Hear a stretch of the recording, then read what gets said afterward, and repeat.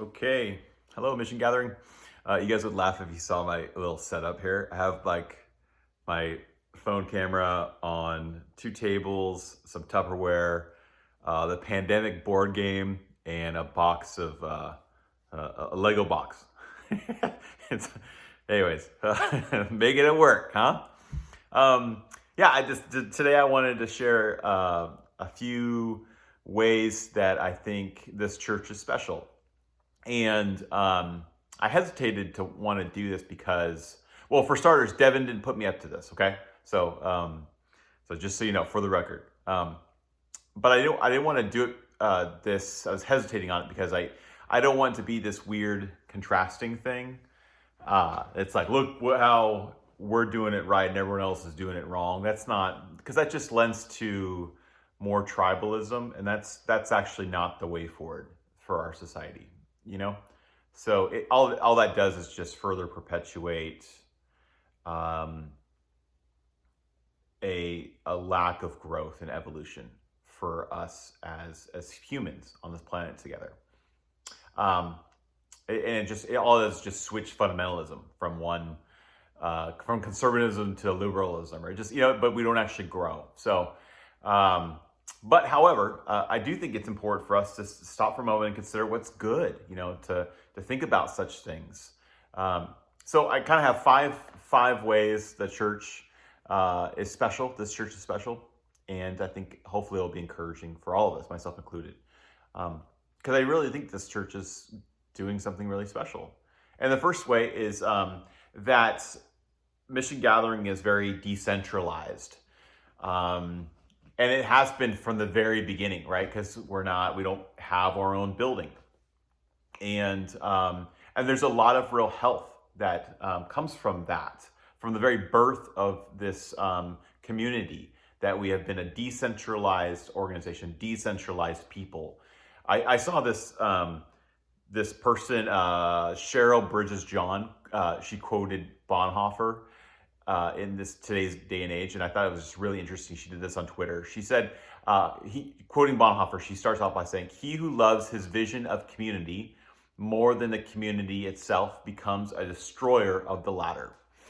And then she goes on to say, I think that this was fascinating because I'd heard that quote many times, but this is what she comments on it. She goes, "In these days of COVID-19, if we love our visions of gathered church and religious freedom more than the church itself, we become a destroyer of the latter." Let's not lose sight and let's keep the main thing the main thing, that the historical Christian church did just fine without buildings and meeting publicly together for many, many times. And we saw this movement of love spread around the world because people wanted to care for the oppressed and uplift the position of women and affirm the dignity of every human life, and share the hope that we've always been loved, and we have always been safe, and we have always been so connected to our Creator. Greater love has no one more than this, right?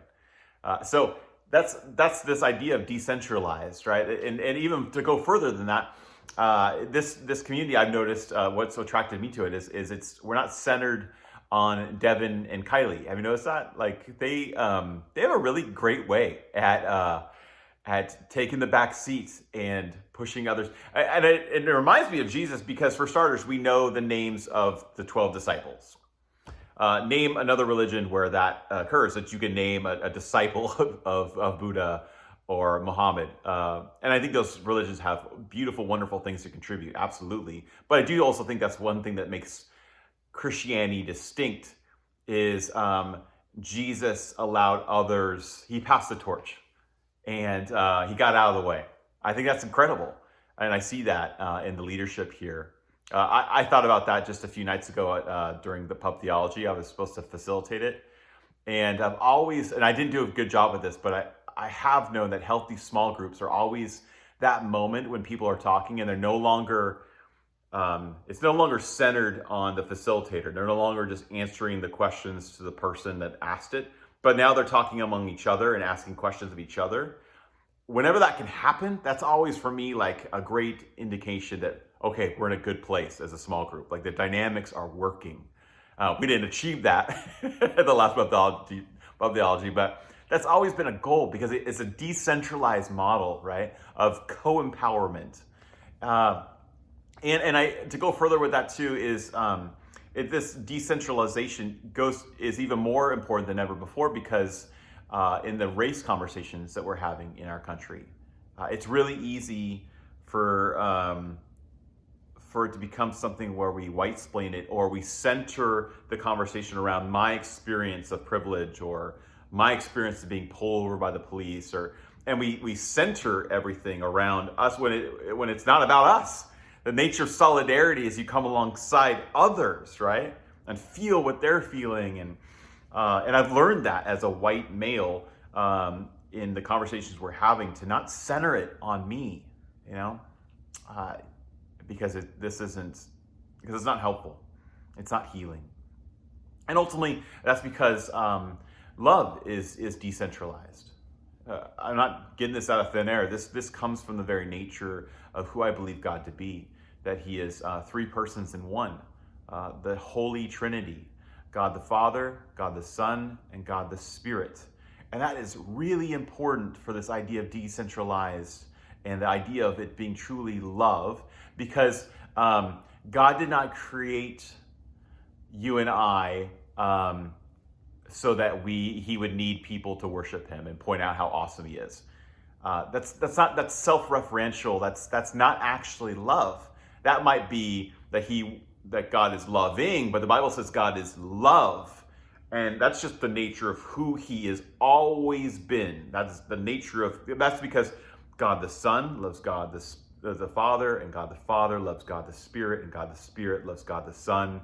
And out of that communal love, it pours out onto the rest of the world. But God doesn't need us to be loving, to be love. God has always been love. Does that make sense?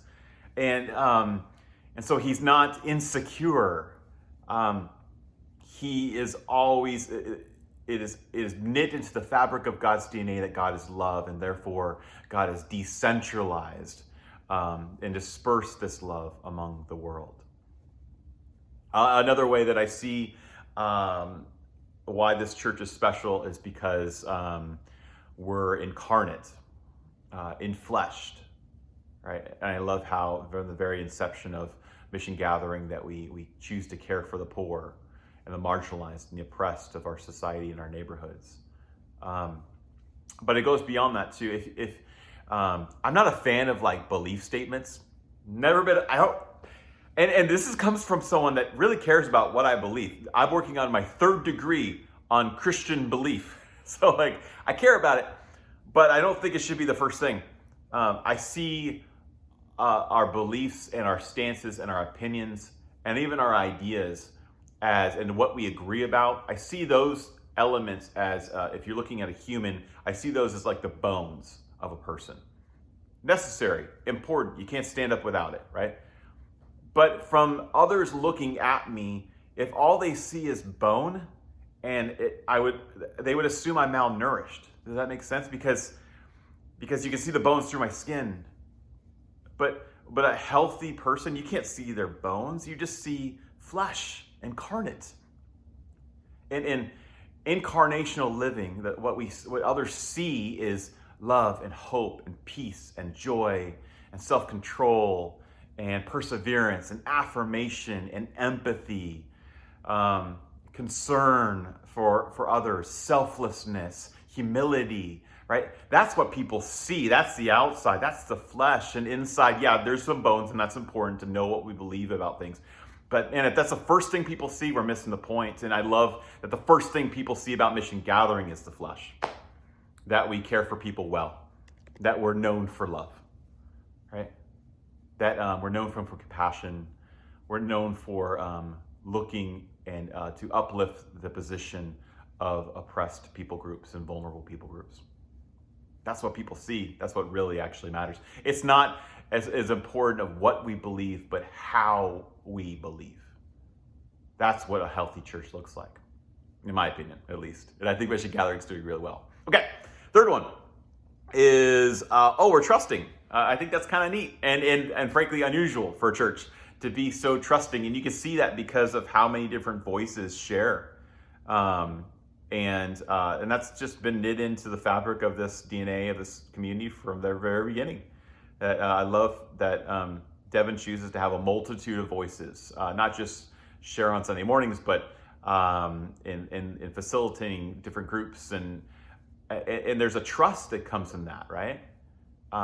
There is a comfortability with mess, with messy faith, and being able to discern and see the beauty in that mess.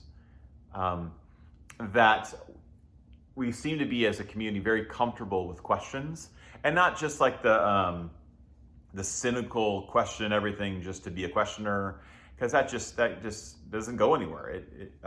We got to grow, right? But on the other end of things, it's not the kind of questioning that we like having questions here as long as you come up with our answers. That's not actually honest questioning, right? And I like that this community is trusting enough that that allows space to question, even if you come up with an answer that's different than mine. I think that's really special, and it creates a place that I feel safe, because what I believe doesn't determine whether I belong. That's like for me, that's like the world. Because sometimes I don't know what I believe, to be honest, and yet I still feel safe. That's, I think, really special. Certainty is not a virtue here, and it reminds me of how Jesus sent out the disciples. There was a trust in how he cares for people, how he emboldens and empowers people. I think that's really special. Fourth one is, as a community, I think we're really diverse, and that's awesome, because that's where growth occurs, right? Is in diversity. It's the difference between unity and uniformity, because no one's gonna be impressed. No one's gonna think, isn't that special?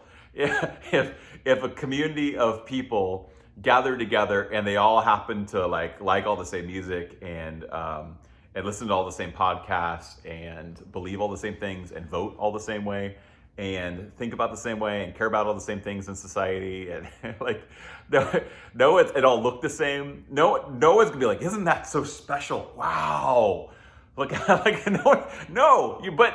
what could be really special, I think, and what makes this place special is because we don't all agree. We don't all look the same and act the same and vote the same and think the same, believe the same, right? And yet there's a unity, not a uniformity, but a unity. And amongst diversity, a diverse unity, well, both equally important.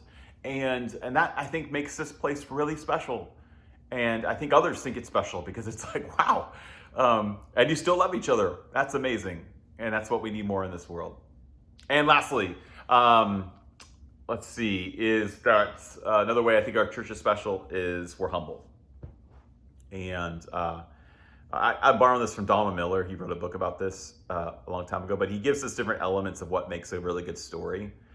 And just in life, and like when you're reading a story or watching a story unfold on TV, right? Or you're binge watching a show, like what makes it really good? And a bunch of different elements, but one of the most important ones is you got to care about what happens to the character. If you don't care about what happens to the character, like you're going to tune out. And some of us have, right? We started watching a series on Netflix and you're just like, I'm not really into it. It's probably because you don't care what happens at the end. Right? You're not invested. You don't feel like you're cheering for the main character to somehow get through it or win or come to that realization or rebuild that relationship or say I love you or because what it is. You don't care. And the reason why we don't care is because the one thing a character in a story is not allowed to do is to think that they're more important than others. We see this played out in reality TV shows all the time.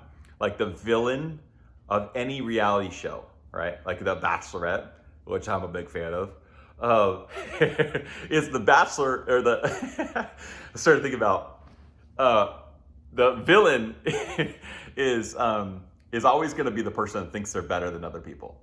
And you find yourself starting to not hope they don't win at the end. But the hero is always the person that never thinks they're more important than other people, and you find yourself cheering for them.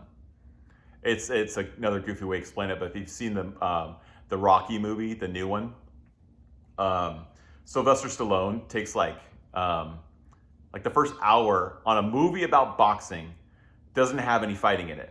All it is just like the character replacing a light bulb for a single mom and helping a dog, and like, and it's and you're like, why are they doing this movie about boxing for an hour of the movie? And it's because they want you to cheer at the end. They want you to like hope he wins, hope he overcomes. I'm cheering for Mission Gathering. I think we're really humble. I don't think we think of ourselves as more important than others, as Philippians 2 points out. But I'm cheering for, I'm interested in what happens next. There's this understatedness to our community that I think is incredibly rare. It helps. I remember I still am, but I was in the midst of really beginning to heal from some wounds of being really hurt by Christian leaders. And I walked into Mission Gathering, and I was just so taken by how understated Devin is. Didn't feel like he was trying to sell me something, And that was like really, looking back, it was like really healing for my soul.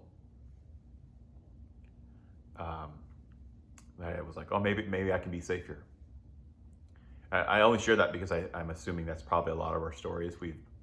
A lot of us have been wounded pretty severely. We have legitimate trauma, legitimate spiritual trauma from previous religious institutions.